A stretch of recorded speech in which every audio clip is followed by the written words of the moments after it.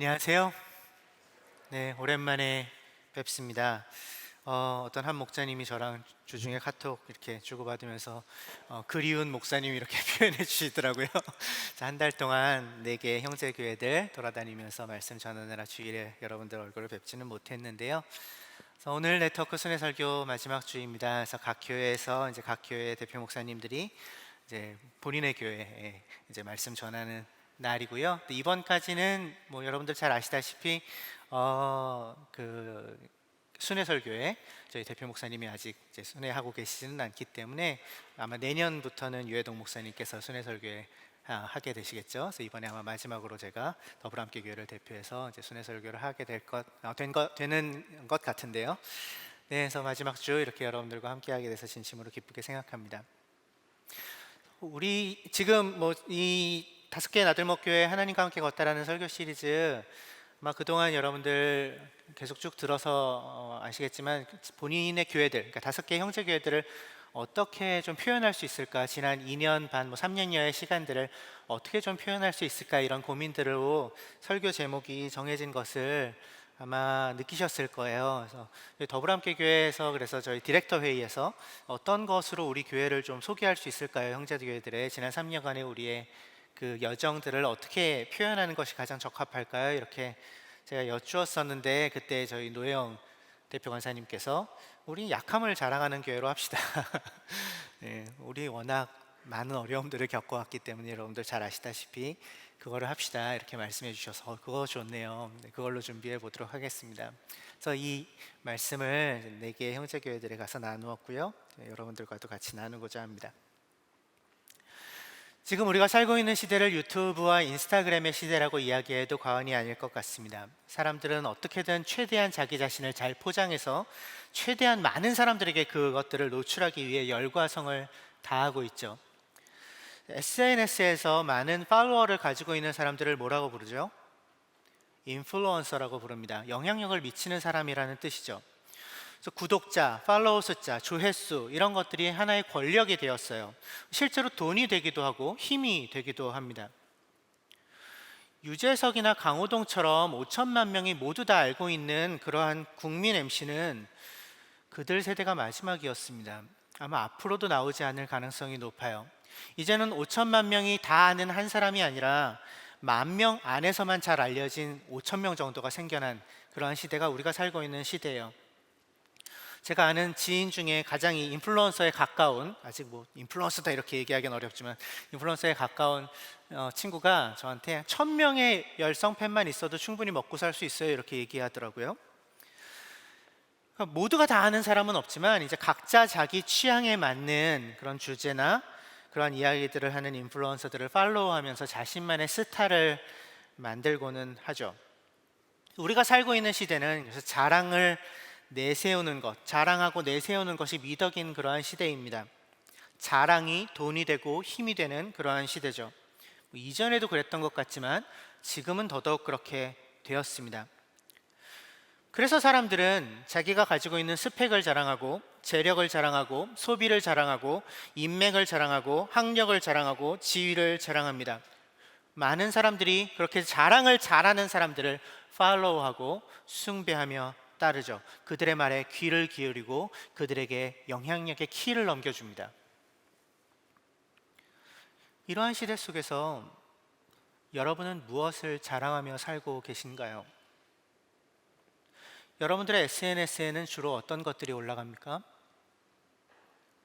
팔로워 숫자 요즘 안녕하신가요? 성경의 인물 중에서도 이렇게 자랑할 만한 것들이 많은 사람들을 뽑을 수 있겠는데요. 여럿 있지만 그 중에서도 스펙이 가장 좋은 사람을 한 명 뽑자면 아마도 바울일 것입니다. 그는 순수한 유대 혈통이었고요. 당대 가장 유명한 율법 교사 중에 하나였던 가말리엘의 제자이기도 했습니다. 그래서 누구보다 열성적인 바리새파로, 그러니까 바리새파는 우리가 부정적인 시각을 가지고 보는 경우가 많은데 당시의 민중들에게는 폭넓은 지지와 존경을 받던 종교 지도자 그룹이었거든요. 그래서 누구보다 열심 있는 바리새파로 총망받던 인재였어요. 사도행전 26장에서 바울이 베스도 총독과 아그리빠 왕 앞에 스스로를 소개하면서 온 유대 사람이 젊은 시절부터의 나를 잘 안다. 그래서 내가 가장 엄격한 바리새파로 살았던 것을 모두가 증언할 수 있다. 이렇게 말하고 있습니다. 그러니까 바울은 예루살렘에서 소문난 젊은 인재였던 셈이죠. 잘 알려진 사람이었어요. 뿐만 아니라 바울은 로마의 굉장히 중요한 지방 도시 중 하나인 다소 출신입니다. 다소는 로마의 퇴역 군인들을 중심으로 해서 세워진 도시였고요. 그렇기 때문에 황제로부터 특권을 받아서 그 다소 사람들은 날 때부터 로마 시민권을 가진 채 태어났습니다. 그래서 바울 또한 다소에서 태어났기 때문에 날 때부터 로마 시민권자였어요. 로마 시민권자가 가지고 있었던 굉장히 중요한 특권 중에 하나는 재판을 받지 않고는 처벌받지 않는다는 것이었습니다. 이 얘기가 무슨 얘기예요? 당신은 재판을 받지 않고도 처벌받던 시기였다는 것입니다. 그게 전혀 이상하지 않는 시기에 로마 시민권을 가지고 있으면 재판을 받아야만 처벌할 수 있었어요. 뿐만 아니라 로마 시민권을 가지고 있는 사람은 무엇이든지 억울한 일이 생기면 황제에게까지 상소할 수 있는 권한을 가지고 있었어요. 로마 제국이 얼마나 넓은 영토를 가지고 있었는지를 생각해 보면 엄청난 특권 아닐 수가 없죠. 이게 다가 아닙니다. 그리스도인으로 회심한 이후에 바울이 누구 못지않게 열심을 다해서 복음을 전파하는 전도자로 살았다는 것을 우리는 잘 알고 있습니다. 3번의 전도 여행을 통해서 지금의 터키 중부 지역인 갈라디아 지역, 그리고 그리스 북부 지역인 마케도니아 지역, 그리스 남부 지역인 아가야 지역을 중심으로 바울이 전도하면서 복음을 전했고, 그로 인하여서 그 사역으로 인해서 수많은 교회들을 세웠습니다. 그뿐만 아니라 그가 그 여러 교회들에 보낸 그 편지글 에서 바울은 그가 가진 특유한 명석함으로 그리스도가 전하신 그 복음의 핵심을 구조화하고 이해하기 쉽게 정리해서 편지를 써보내요. 그 편지글들이 지금도 남아 있어서 그것들을 기반으로 이 기독교 신앙의 기초가 형성되었습니다. 실제로 지금 우리가 믿고 있는 기독교의 그 수많은 교리들이 대부분 바울의 손을 거쳤다라고 해도 과언이 아니죠. 뿐만이 아닙니다. 그는 특별한 영적 체험을 경험하기도 했던 사람이기도 했어요. 고린도서 12장 1절부터 5절에서 그는 마치 다른 사람 이야기를 하는 것처럼, 이건 내 얘기가 아니고 내 친구 얘기인데 이렇게 얘기하는 것처럼, 하지만 자기 얘기예요. 그러니까 자기가 경험했던 특별한 영적 체험을 이야기해요. 하나님이 거하신다라고 믿어졌던 셋째 하늘에까지 끌려 올라가서 말로 다 표현할 수 없는 놀라운 영적 체험을 했었다라고 넌지시 이야기합니다. 바울은 여러모로 어떤 면으로 봐도 참 자랑할 것이 많은 그러한 사람이었습니다. 요즘 같았으면 팔로워가 몇 명쯤 됐을까요? 사도 바울 인스타그램 팔로워 수백만, 수천만, 수억 되지 않았겠습니까? 엄청난 인플루언서가 되었을 것입니다. 누가 봐도 그렇죠. 그런데 자랑할 만한 것들이 이렇게 많은 바울이 그 자랑거리들을 내세우지 않겠다라고 이야기합니다. 그 이야기가 담겨 있는 부분이 오늘 우리가 살펴볼 본문인 고린도후서 12장 6절부터 10절까지인데요. 같이 한번 읽어보도록 하죠. 시작. 내가 자랑하려 하더라도 진실을 말할 터이므로 어리석은 사람이 되지는 않을 것입니다. 그러나 자랑은 삼가겠습니다. 그것은 사람들이 내게서 보거나 들은 것 이상으로 나를 평가하지 않게 하려는 것입니다. 내가 받은 엄청난 계시들 때문에 사람들이 나를 과대평가할는지도 모릅니다. 그러므로 내가 교만하게 되지 못하도록 하나님께서 내 몸에 가시를 주셨습니다. 그것은 사탄의 하수인이라고 할 수 있는데 그것으로 나를 치셔서 나로 하여금 교만해지지 못하게 하시려는 것이었습니다. 나는 이것을 내게서 떠나게 해달라고 주님께 3번이나 간청하였습니다. 그러나 주님께서는 내게 이렇게 말씀하셨습니다. 내 은혜가 내게 족하다. 내 능력은 약한 데서 완전하게 된다. 그러므로 그리스도의 능력이 내게 머무르게 하기 위하여 나는 더욱더 기쁜 마음으로 내 약점들을 자랑하려고 합니다. 그러므로 나는 그리스도를 위하여 병약함과 모욕과 궁핍과 박해와 곤란을 겪는 것을 기뻐합니다. 내가 약할 그때에 오히려 내가 강하기 때문입니다. 아멘. 바울은 자기가 자랑할 만한 것들이 많다고, 내세울 만한 것들이 분명히 있다고, 그리고 그러한 것들을 자랑하더라도 그런 것들이 사실이기 때문에 자신이 어리석은 사람으로 취급받지는 않을 것이라고 하면서, 그러나 그런 것들을 자랑하지는 않겠다라고 말합니다. 왜죠? 이러한 그의 자랑거리들이 사람들로 하여금 그를 실제보다 더 낮게 평가하도록 만들고 과대평가하게 만들고 결과적으로는 그를 교만하게 만들 수 있기 때문이라고, 그것을 경계하기 때문이라고 6절에서 7절 상반절에 걸쳐서 이야기하고 있죠. 결국 바울은 교만하지 않기 위해 자기가 가지고 있는 그 수많은 자랑거리들을 내세우지 않으려고 삼가고 있다고 말하고 있는 것입니다. 교만은 많은 것들을 가지고 있는 사람들, 그러니까 자랑할 만한 것을 가지고 있는 이들이라면 누구든지 빠지기 쉬운 함정이죠. 자기가 가지고 있는 어떠한 것들, 좋은 것들로 인해 그런 것들이 나에게 있기 때문에 남들보다 내가 더 나은 존재다 라고 여기는 것이 교만의 실체입니다.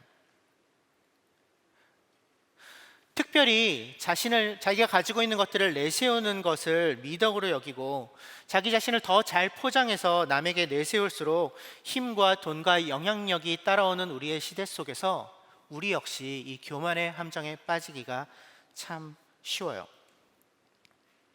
근데 잘 들여다보면 이 교만이라는 죄는 교묘하게 거짓과 결합되어 있다는 것을 발견하게 됩니다. 정말 잘난 존재는요, 그것을 굳이 드러낼 필요가 없어요. 정말 뛰어난 사람들은 굳이 남들과 비교하면서 우월감을 가지지 않습니다. 그럴 이유가 없죠. 가끔 그런 사람들 만나지 않으십니까? 굳이 자기가 가진 것을 드러낼 필요가 없는 사람들이요. 그러니까 아무런 포장지가 없어도 그냥 그 인격 자체만으로 빛나는 사람들이요. 한두 명쯤은 있으시죠, 주변에. 근데 그런 사람들의 특징이 무엇이던가요? 그런 사람들은 겸손합니다. 자기가 가지고 있는 것을 굳이 내세우려고 하지 않아요. 그렇기 때문에 사실 교만은 자기의 실체를 가리려고 하는 그러한 시도로부터 나타나는 것입니다. 자기의 진실한 모습이 아니라 자기를 둘러싼 여러 스펙들, 자기가 가지고 있는 것들, 그 포장지 같은 것들로 평가받고 스스로도 자신을 그렇게 평가하려고 할 때 나타나는 것이 교만이에요. 그러니까 사실 그 이상으로 스스로를 부풀릴 때, 그렇게 거짓으로 자신을 둘러쌀 때, 그렇게 스스로를 높이고 스스로를 내세우려고 할 때 교만이라는 죄악이 우리를 삼키고 마는 것이죠. 그래서 우리 모두 정직하게 들여다볼 필요가 있겠습니다. 내가 정말 내세우고 싶어 하는 것은 무엇인가? 여러분이 정말 내세우고 싶어 하는 것은 무엇입니까? 사람들에게 자랑하고 싶어 하시는 것들은 어떤 것인가요? 진짜 나를 포장하기 위해서 가장 자주 쓰고 있는 그 포장지들은 어떤 것인가요? 학벌인가요? 집안 배경인가요? 재력인가요? 사회적 지위인가요? 인스타 팔로워 숫자인가요? 여러분이 사용하시는 포장지는 무엇입니까? 정직하게 돌아볼 필요가 있겠습니다. 그게 정말 나인가? 특별히 실제 만남보다 온라인 만남이 익숙해져가는 시대를 우리가 살면서 자신을 감추고 포장하는 것은 훨씬 더 쉬워졌습니다. 보이고 싶은 것만 보이면서 얼마든지 살 수 있게 되었어요. 그게 점점 더 당연해집니다. 그래서 민낯, 아무 꾸밈이 없는 모습, 진짜 나를 보여주는 것이 점점 더 어색해져 가는 그런 시대 속에서 우리는 살아가고 있죠.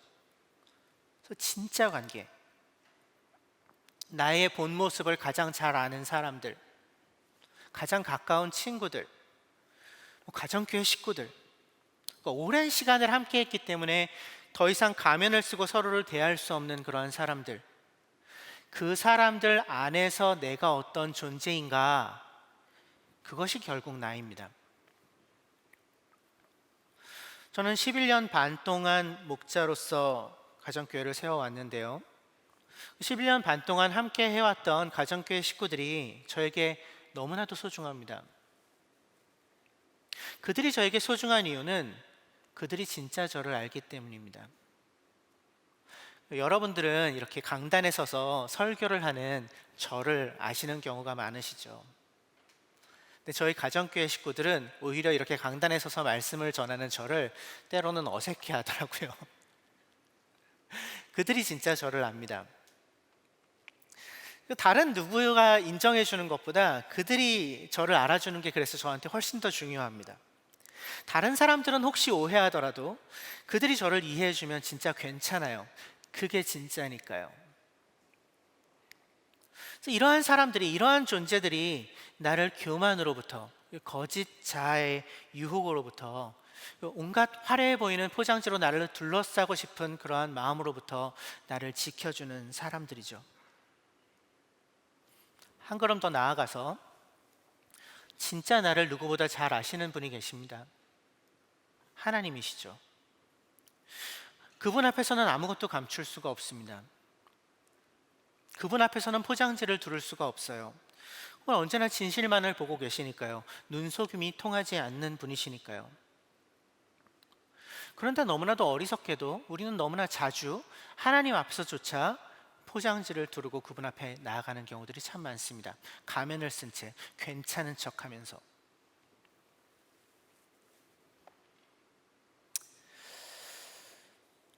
아직도 아무 소용없는 가면을 쓰고 그분 앞에 나아가고 있지는 않은가? 이건 굉장히 중요한 이슈예요. 교회 공동체에서도 마찬가지입니다. 우리 더불어함께 교회를 비롯한 5개의 교회의 전신인 나들목 교회는 참 자랑할 만한 것이 많은 교회였죠. 2001년부터 2019년에 5개의 교회로 나눠지기까지 우리는 이 서울이라는 도심 속에서 건강한 공동체를 세워보기 위해 수고하고 애써왔습니다. 탁월한 설교자이자 리더가 있었습니다. 풍선기와 디딤돌들로 대표되는 잘 갖춰진 양육 프로그램들이 있었습니다. 각 가정교회들은 서로를 아끼고 사랑하고 격려하는 메시아 공동체로 세워졌고요. 그 가정교회를 세우기 위해 수고를 다하는 목자님들의 힘에 겨운 수고들이 있었습니다. 그렇게 우리는 처음 우리가 꿈꿨던 대로 서울이라는 이 도시 속에서 의미 있는 그리스도인들의 공동체를 세워왔죠. 우리 교회는 정말 자랑할 것이 많은 교회였어요. 실제로 우리 교회가 대한민국에서 가장 좋은 교회라고 저는 제 지인들에게 자랑하고는 했습니다. 너무나도 자신 있게. 정말 그랬으니까요. 그런데 우리가 스스로에게 정말 물어봐야 되는 질문들이 있습니다. 나들목교회 시절에 다음 세대 사역이 가지고 있었던 모토와 같은 말이 있었어요. 제가 굉장히 좋아하는 말인데, 우리가 아는 것과 가르치는 것과 우리의 교회가 다르지 않도록. 우리가 아는 것과 가르치는 것과 우리의 교회가 다르지 않도록. 그래서 우리가 내세우는 것과 우리의 실체가 같도록 이라는 말이죠. 근데 우리가 정말로 그러한가요? 우리는 우리가 세우고자 했던 바로 그 교회로 여전히 존재하고 있나요? 우리는 건강한 교회에 대한 우리의 부르심의 가장 본질적인 것들에 여전히 천착해 있나요? 아니면 혹시 나도 모르는 사이에 어떤 포장지 같은 것들로 우리를 둘러싸고 있지는 않나요? 우리는 정말로 찾는 이 중심입니까? 우리의 삶이 정말로 찾는 이 중심입니까? 우리의 공동체는 정말로 진실한가요? 우리는 정말 지금도 여전히 그리스도를 향하여 한결같이 꾸준히 자라가고 있나요? 우리는 하나님 나라의 선한 영향력을 안팎으로 드러내며 우리 자신과 우리의 주변을 변화시켜가고 있나요? 우리의 예배는 그날을 향한 소망을 가득 담아서 하나님 앞에 드려지고 있습니까? 아니면 이런 것들이 어느샌가 그냥 구호가 되어버렸나요? 실체를 가리는 포장지로 전락해버리지는 않았나요? 그래서 어느샌가 교만이 우리를 틈타고 있지는 않나요?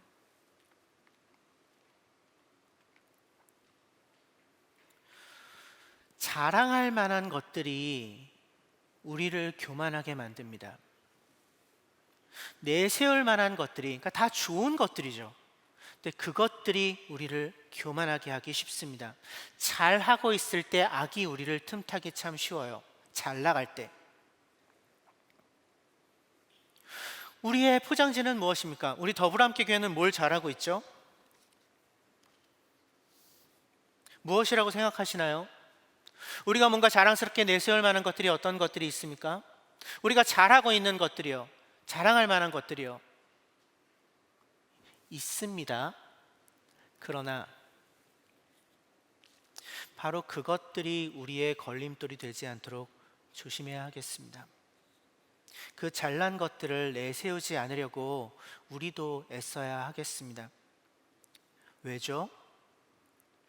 우리의 진짜 힘이, 우리의 진짜 능력이 그러한 것들로부터 나오지 않기 때문입니다. 중요한 것은 그 내세울 수 있는 포장지들이 아니고 그 안에 있는 알맹이들입니다. 바로 여러분입니다. 우리입니다. 우리의 실제 삶이죠. 그래서 교회가 나의 실체를 가려서 더 나은 존재처럼 보이게 만드는 포장지로 사용되지 않았으면 좋겠습니다. 교회가 좋은 교회를 다닌다는 것이, 괜찮아 보이는 교회를 다니는 것이 내가 내세우는 자랑거리 중에 하나가 되지 않았으면 좋겠어요. 오히려 반대로 나의 가장 정직하고 진실한 삶 그 자체가 내가 속한 교회의 자랑거리가 될 수 있다면 얼마나 좋을까요? 그게 정말 소망해 볼 만한 일 아닐까요?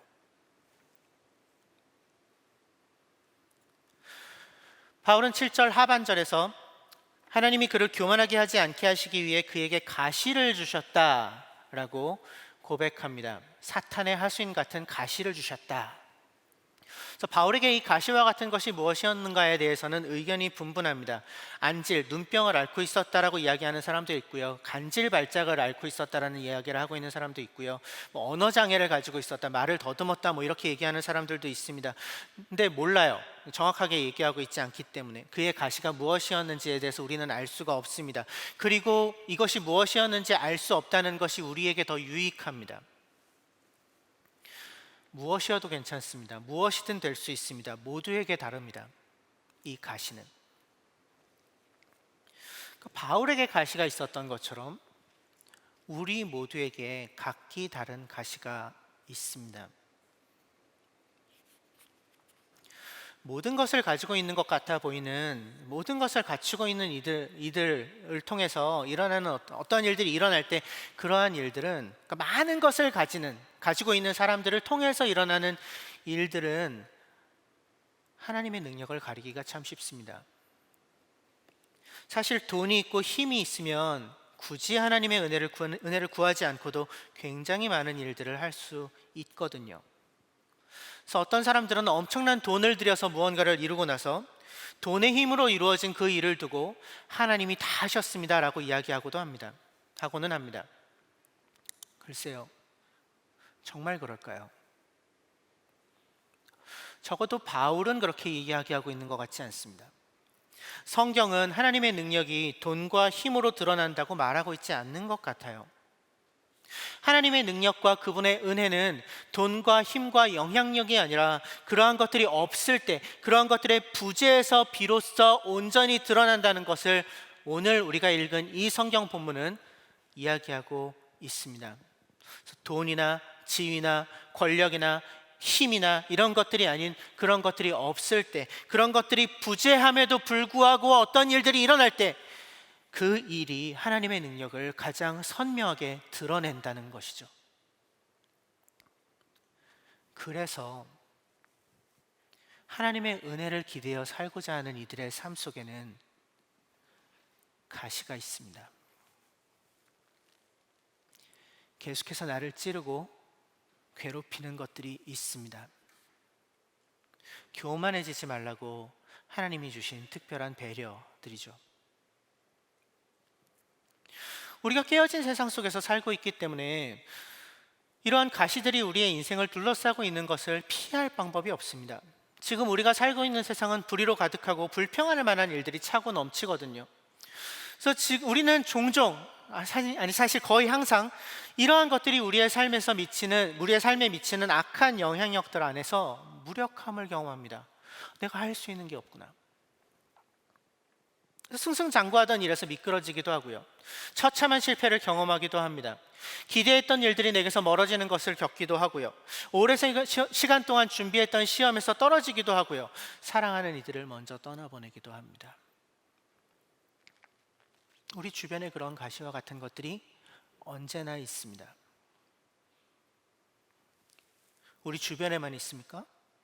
아니요, 우리의 내면에도 있습니다. 나의 여러 어그러짐과 한계들, 약점들이 있습니다. 나의 성격적인 약점들, 나의 능력의 부족함, 관계에서 겪는 여러 갈등으로 인해 상한 마음들, 근데 그 밖에 수많은 약함이 우리에게 가시가 됩니다. 또는 육신의 정말 연약함, 가지고 있는 어떤 장애들, 그 수많은 것들이 우리에게 가시로서 작용해요. 그래서 그 가시들로 인해 때로는 실패를 겪기도 하고요, 갈등을 겪기도 하고요, 마음 상하는 것을 겪기도 하고요, 무너짐을 경험하기도 하고요. 그런 고통과 고난이 우리의 인생에 가득합니다. 그래서 그러한 가시들은 있습니다. 있는 것입니다. 그런데 문제는 그러한 고통과 고난 속에서 그 가시들을 가지고 우리가 어떤 선택을 할 것이냐입니다. 고통과 고난이 우리에게 찾아올 때, 우리의 인생 가운데 가시와 같은 일들이 일어날 때, 또는 내 안에 해결되지 않는 가시와 같은 문제들을 발견할 때 우리는 어떤 선택을 해야 할까요? 무엇보다 먼저 8절에서 바울이 말하고 있는 것처럼, 그가 그랬던 것처럼 주님께 우리를 구해달라고 간절히 기도해야 하겠습니다. 하나님이 그분의 구원을 지금도 베풀고 계시고 약한 자들의 부르짖음을 들으시고 응답하시는 분이심을 우리가 믿기 때문이죠. 이 가시를 내게서 제거하여 주십시오, 주님. 기도하는 것은 당연한 일입니다. 하지만 기도한다고 해서 우리가 가지고 있는 그 가시와 같은 문제들이 늘 해결되지는 않는다는 것을 우리는 잘 알고 있습니다. 그때는 어떻게 해야 할까요? 아무리 기도해도 그분이 듣고 계신 것 같지 않을 때, 하나님이 나에게 별 관심이 없으시구나라는 생각들이 찾아올 때, 그래서 내 인생의 문제들이 결코 해결되지 않을 것 같은 그러한 마음에 사로잡힐 때는 우리는 어떤 선택을 해야 하나요? 결국 둘 중 하나 아니겠습니까? 나의 문제를 내가 원하는 때에 내가 원하는 방식으로 해결하시지 않는, 나의 기도를 들으시는 것 같지 않는 하나님을 원망하면서 그분께로부터 멀어지던가, 아니면 그분의 때에 그분의 방법으로 결국 이 세상에 존재하는 모든 고통과 어그러짐을 바로잡으실 그분을 여전히 신뢰하면서 그 가시를 그냥 가진 채 그냥 그 자리에서 다시 한번 하나님께로 한 걸음을 내딛던가. 둘 중 하나 아니겠습니까? 이것이 우리의 선택의 지점입니다. 무엇을 선택할 것인가? 그리고 여전히 우리가 여전히 그 가시들을 가지고 있음에도 불구하고 하나님을 그래도 신뢰합니다 라고 고백할 때, 그것을 선택할 때 우리는 바로 그 자리에서 하나님의 은혜를 경험하게 됩니다. 바울에게 말씀하셨던 것처럼 너에게 준 내 은혜가 너에게 충분하다. 나의 능력은 너의 약함을 통하여 완전하게 된다 말씀하시는 하나님을 만나는 은혜를 경험하게 되죠. 교회도 마찬가지입니다. 이런 가시와 같은 것들이 있습니다. 특별히 저희 교회는 더 그랬던 것 같아요. 더불어함께 교회 지난 3년을 돌아보면 약한 것들로 가득했던 시간이었다라고 얘기할 수 있을 것 같아요. 아마 여러분들 많이 알고 계실 거예요. 분교 직후에 우리는 굉장히 심각한 재정적인 어려움에 당면하였습니다. 또 2020년 시작과 함께 갑작스럽게 대표 목사님이 사임하셨습니다. 거의 2년 가까이 이 상황이 이어질 거라고는 그때 우리 중에 어느 누구도 생각하지 못했죠. 그리고 곧바로 무슨 일이 일어났나요? 작년 초에 코로나19가 우리를 찾아왔습니다. 사상 초유의 상황이 벌어졌어요. 그래서 이 모든 것들이 마치 가시처럼 이 3년 내내 우리를 찌르고 괴롭혔습니다. 한순간도 그냥 순조로웠던 적은 없었던 것 같아요. 바울은 자기를 괴롭히는 이 가시를 자신에게서 떠나게 해달라고 3번이나 간청했다라고 이야기합니다. 그랬던 바울처럼 우리 역시 간절히 기도했습니다. 우리의 재정적인 어려움을 해결해 주십시오, 주님. 우리에게 준비된 리더를 보내주십시오, 주님. 답답한 이 상황을 해결해 주십시오, 주님. 그렇게 우리는 간절히 기도했어요. 하지만 이러한 상황들은, 우리의 가시들은 단번에 해결되지는 않았습니다. 지금도 일정 부분 남아 있습니다. 하지만 지난 3년 동안 우리는 바울에게 주셨던 것과 같은 응답을 주시는 하나님을 경험했습니다. 내 은혜가 너희에게 족하다. 나의 능력은 약한 데서 완전하게 된다고 우리에게도 말씀하시는 하나님을 우리는 그동안 경험했어요. 적어도 우리는 그 가시와 함께, 그 가시를 통해 하나님의 은혜와 능력을 경험해 가는 법을 배워왔다고 감히 이야기할 수 있을 것 같습니다.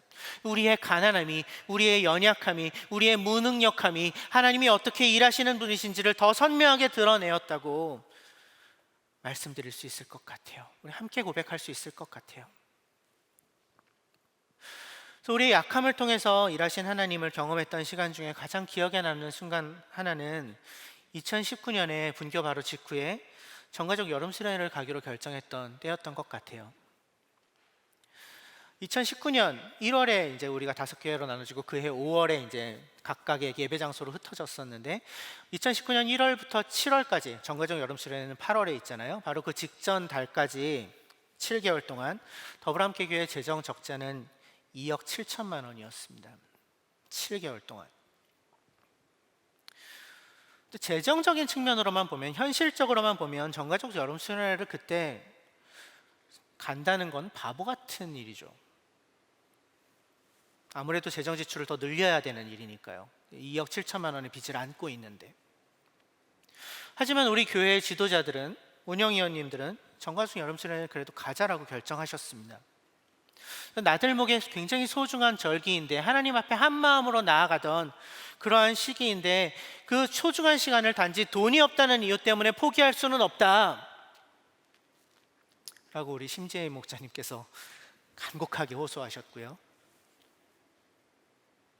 그 이야기를 듣고 우리 지도자들은 전가족 여름 수련회를 강행했습니다. 지금 돌이켜 생각해 보면 그때 안 갔으면 어땠을까 싶어요. 우리가 작년에도 함께 못 가고 올해도 함께 못 가고 그랬잖아요. 그 여름 수련회를 통해 하나님이 은혜를 부어주셨죠. 그분이 준비하신 은혜를 부족함 없이 우리에게 베푸시는 분이시라는 것을 다시 한번 확인시켜 주셨습니다. 그러고 나서 우리가 그렇게 믿음의 선택을 했기 때문에 재정적인 여건이 당장 좋아졌을까요? 아니요. 그래서 그해 2019년은 결국 2억 3천만 원의 적자를 안은 채 마무리되었습니다.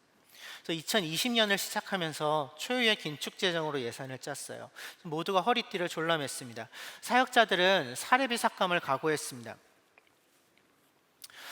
어떤 조직이든 그 조직의 재정적인 어려움이 찾아왔을 때 가장 먼저 해야 하는 일은 고정비 지출을 줄이는 것입니다.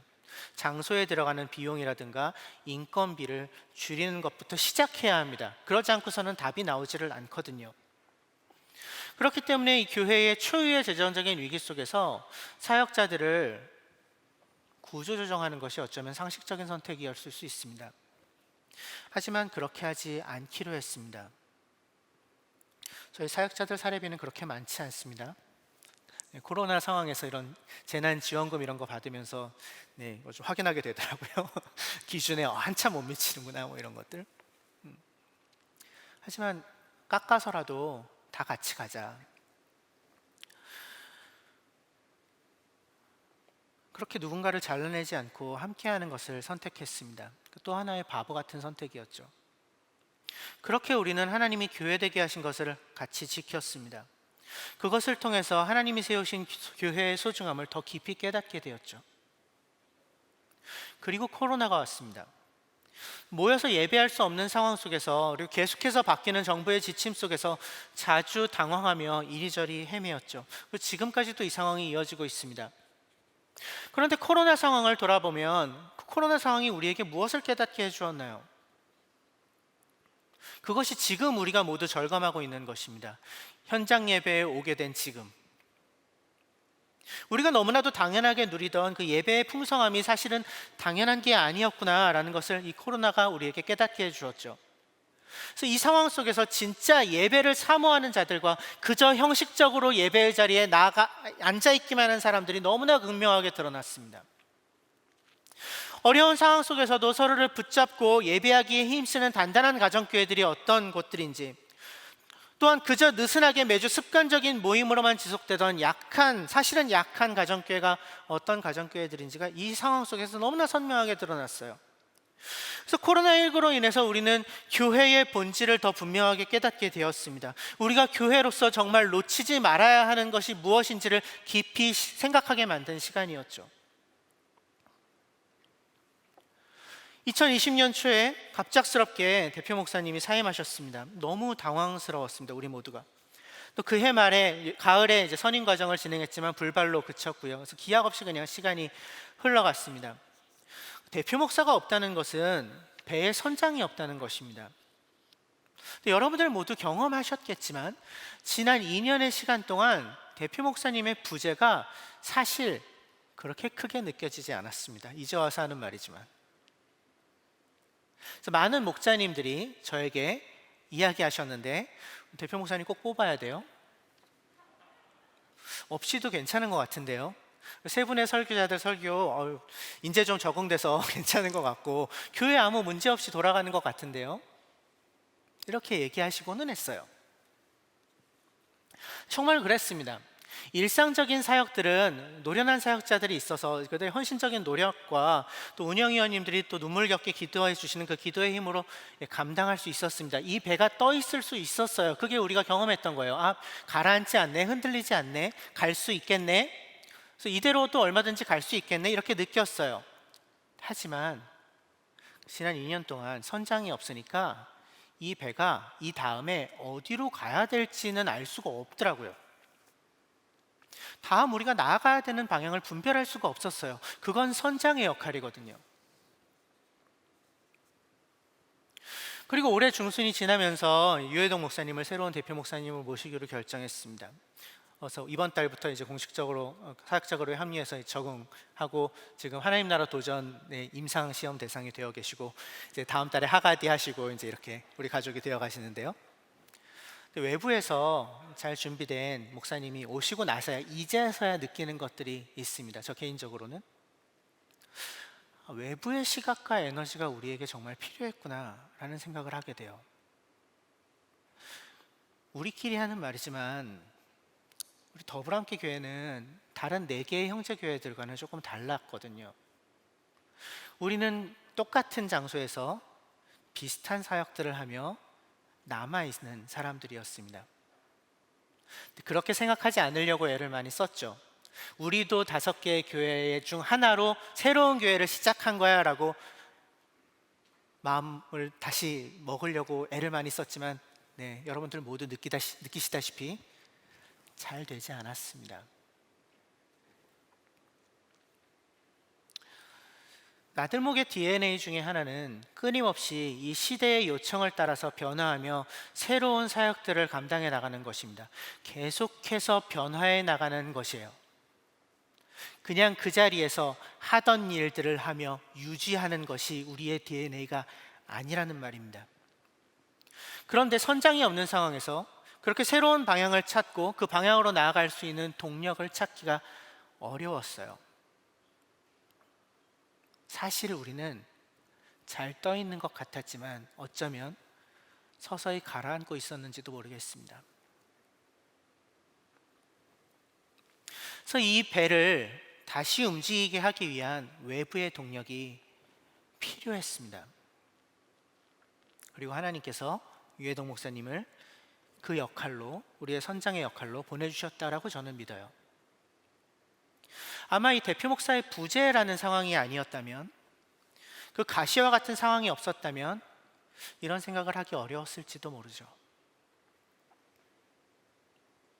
하나님이 이러한 방식으로 우리의 결핍을 통해서 당신의 은혜가 우리에게 필요하다는 것을 깨닫게 해주셨고요, 그분의 때에 그분의 방식으로 그 필요들을 채워주시며 지난 3년을 우리와 함께 오셨습니다. 이것이 우리가 함께 할 수 있는 간증이죠.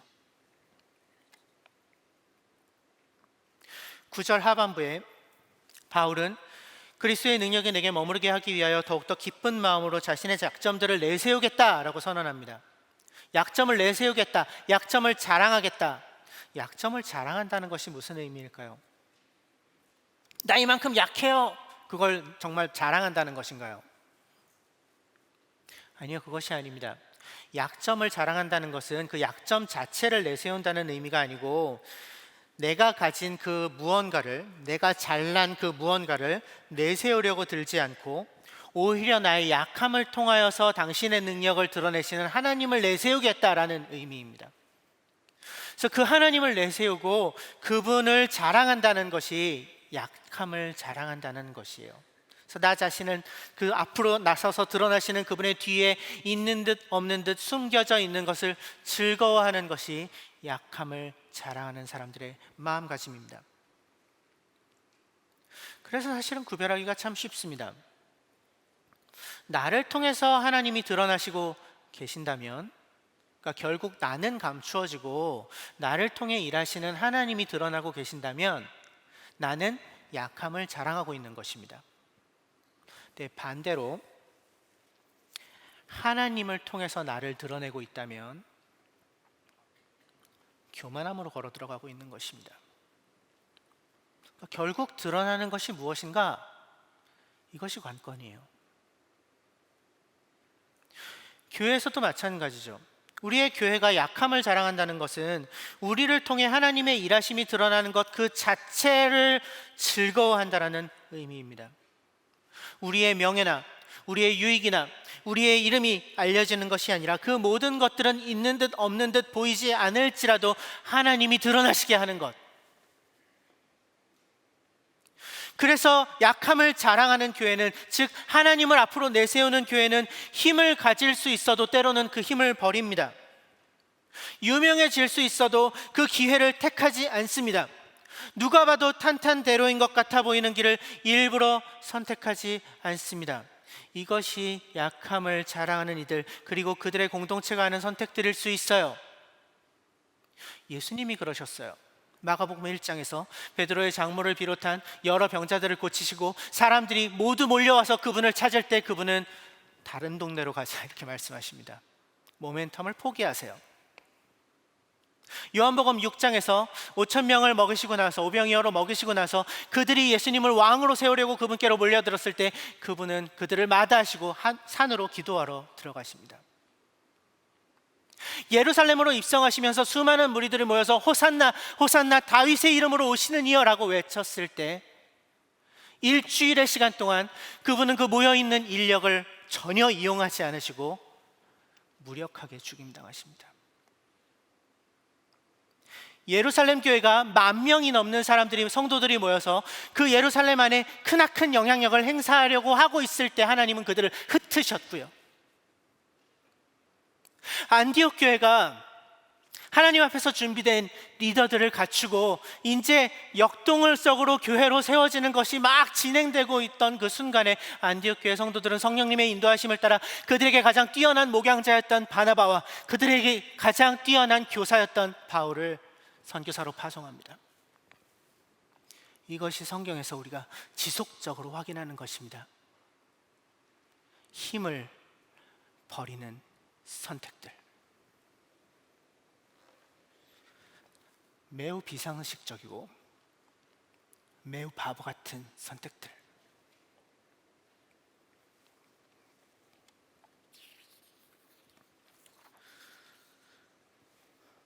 저는 우리 더불어함께 교회가 앞으로 계속 약함을 자랑하는 교회로 존재했으면 좋겠습니다.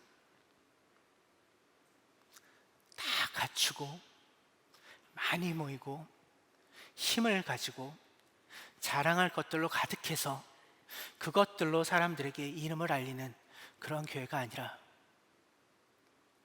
결핍으로, 부재로, 약함으로 하나님을 드러내는 그런 교회가 되었으면 좋겠어요. 그렇게 우리의 약함을 통해 하나님이 드러내시는 그분의 은혜와 일하심을 경험하는 교회가 되기를 간절히 소망해요. 더불어함께 교회 이재하 대표 목사님이 오셨습니다. 기대가 굉장히 큽니다. 대표 목사 없이도 이 작지 않은 교회를 든든히 지탱해 왔던 베테랑 사역자들이 이제 대표 목사님께 붙어서 이제 선장이 갖춰진 이 배를 운행하기 시작하면 얼마나 더 놀라운 변화들을 만들어낼 수 있겠습니까? 하지만 우리는 그렇게 하지 않기로 선택했습니다.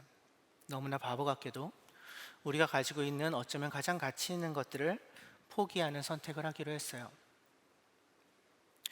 지난 2년 동안 대표 목사의 빈자리를 채우면서 교회를 지켜왔던 가장 오래된 사역자들, 15년 차 이상 되는 사역자들이 이제 내년 정도까지 사역을 감당하고 이제 각자의 자리로 떠나기로 결정하였습니다.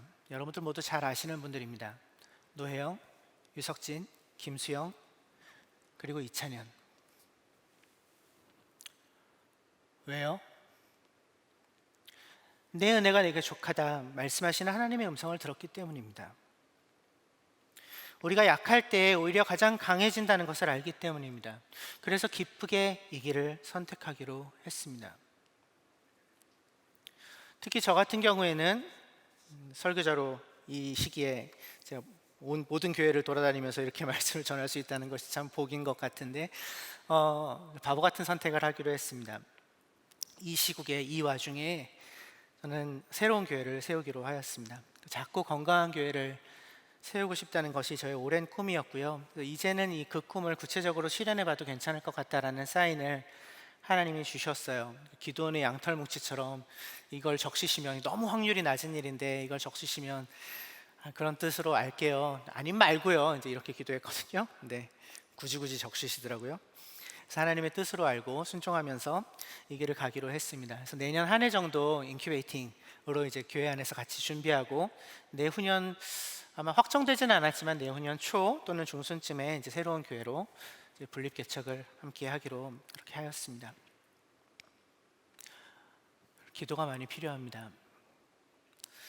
제가 나머지 4개 교회에는 여러분 기도해 주십시오 이렇게 이야기했는데 우리 더불어함께 교회 가족들한테는 이렇게 얘기해야 될 것 같아요. 여러분 기도도 해주시고 저와 함께 또 도전해 주십시오. 작고 건강한 새로운 교회를 세워가는 일을 함께 해주십시오. 우리가 같이 해나가야 될 일 아니겠습니까? 정말 약함을 자랑하는 교회를 우리가 세울 수 있었으면 좋겠어요. 우리의 약함을 통해 하나님이 당신의 능력과 은혜를 드러내시길 간절히 소망합니다.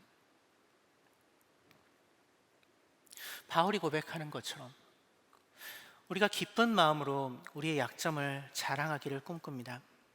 그리스도를 위하여 약함과 모욕과 궁핍과 박해와 곤란을 겪는 것을 기뻐하기를 바라요. 우리 더불어함께 교회가 그러한 교회가 되기를 간절히 바라요. 왜요? 그때 우리가 가장 강해질 것이거든요. 그때 비로소 나보다 더 큰 그분의 은혜와 능력 안에 풍덩 뛰어드는 삶을 살아갈 수 있을 것이거든요. 교회뿐만이 아니죠. 우리 각자 개인의 삶 속에도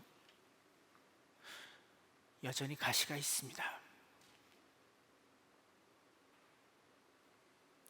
해결되지 않을 것 같아 보이는 문제들이 있죠. 아무리 기도해도 하나님이 해결해 주시지 않는 것 같은 가시들이 있습니다.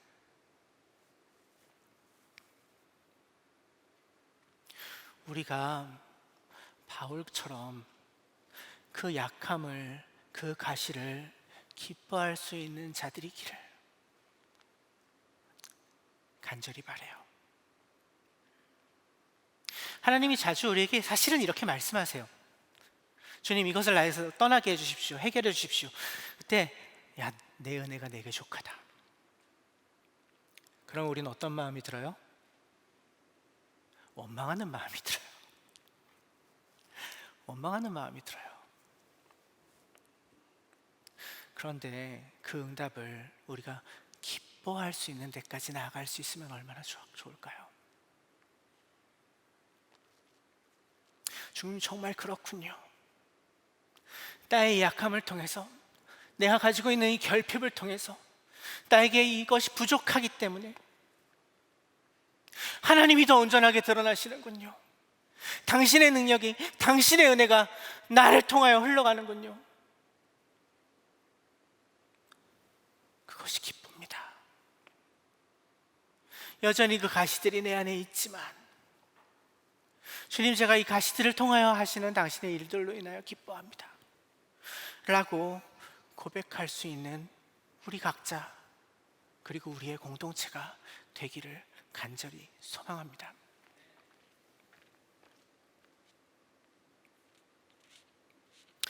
사실 그동안 하나님이 우리 더불어함께 교회를 통해서 하신 일이 참 많습니다. 사실 자랑할 만한 것들이 여럿 있어요. 재정 많이 부족했지만 오늘 주보에서도 여러분 확인하실 수 있는 것처럼 이제 어느 정도 정상 궤도로 돌아오고 있습니다. 여전히 부족하긴 하지만 여러분이 정말 헌신적으로 함께 해주셔서 저희가 어느 정도 정상 궤도를 찾아가고 있어요. 정말 감사하게 생각합니다. 그리고 새로 유해동 목사님이 오셔서 새로 대표 목사님으로 세워주셔서 이제 내년부터 이제 새롭게 어떤 발걸음을 내딛게 되리라는 기대도 커요. 그리고 지지난주에 김창동 목사님께서 말씀하신 것처럼 저희 더불어함교회 지난 2년 반 동안 37명이 이 공동체에서 세례받았어요. 이 자리에도 몇 분 계시네요. 적지 않은 숫자예요. 언약가족들, 어제 언약가족들 임도를 끝냈는데 16명의 새로운 언약가족들과 4명의 재헌신한 언약가족들까지 20명이 새롭게 언약가족으로 또 합류했어요. 어마어마한 일이에요. 이 와중에, 이 시국에. 하지만 저는 이 형제교회들을 다니면서 이런 자랑거리들을 이야기하지 않고 우리가 경험했던 약함들을, 우리가 가지고 있는 가시들을 주로 나누었어요. 왜요? 그 약함이 우리의 자랑거리가 되기를 원하기 때문입니다. 하나님이 그 약함을 통해서 일하시는 분이시라는 것을 알기 때문입니다. 그래서 우리의 교회가 계속해서 약함을 자랑하는 교회가 되기를 바랍니다. 그래서 많이 가지고 많이 누리고 많은 것들을 내세우기보다 부족하고 약해도 모자라도 그것을 통해서 하나님이 일하실 것을 여전히 기대하면서 교만하지 않고 포장하지 않고 가장 진실하고 가장 성실하게 본질에 천착하는 그러한 교회가 되길 간절히 기대하고 꿈꿔봅니다. 그렇게 약한 우리를 통해서 일하실, 그 약한 우리를 통해서 그분의 완전한 능력을 드러내실 하나님을 소망하면서, 그렇게 그리스도의 능력이 우리에게 머무르기만을 기대하면서 약함을 자랑하는 교회가 되기를 주님의 이름으로 축원합니다. 1분 동안 침묵하겠습니다.